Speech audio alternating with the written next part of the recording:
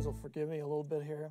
I'm going to get a little personal because in listening to what you were saying and answering his question there, I'm remembering years back when I was in church being taught by pastors and other Sunday school teachers that Israel is not the church, and don't confuse the promises of both, and you have a distinct timeline for the two groups.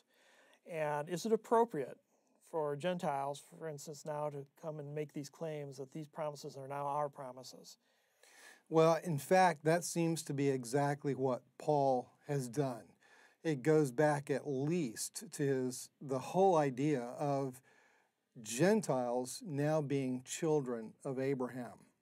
Father Abraham had many sons. Right. Many sons had Father Abraham. I am one of them, and so are you.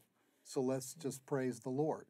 By definition, those of us who have trusted Christ, as far as Paul's concerned, are all sons of Abraham.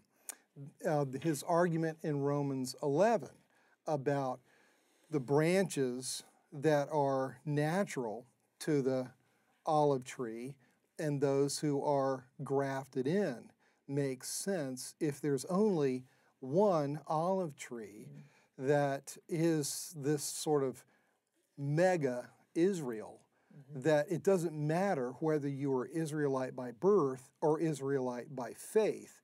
If you belong to Christ, you belong to the true Israel of God.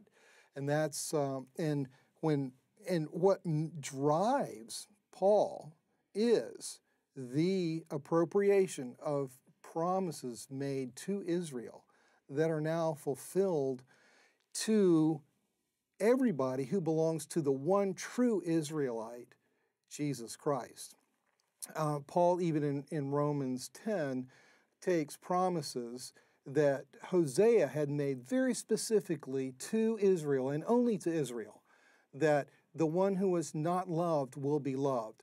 Those who are not my people will be my people. In Hosea, the prophet was talking about God's reclaiming Israelites who had become, who had apostatized. But Paul applies those promises. He sees those promises being fulfilled in the gospel going out to Gentiles. So Paul doesn't honor the distinction between Israel and the church. He believes that Israel has been reconfigured around Jesus, the one true Son of Israel. And now everybody who belongs to Jesus Christ belongs to the Israel that matters, which is why he can tell the Colossians, who are Gentiles, you have been circumcised with a circumcision not made with hands, and that you have been buried with Christ in his baptism and raised with him.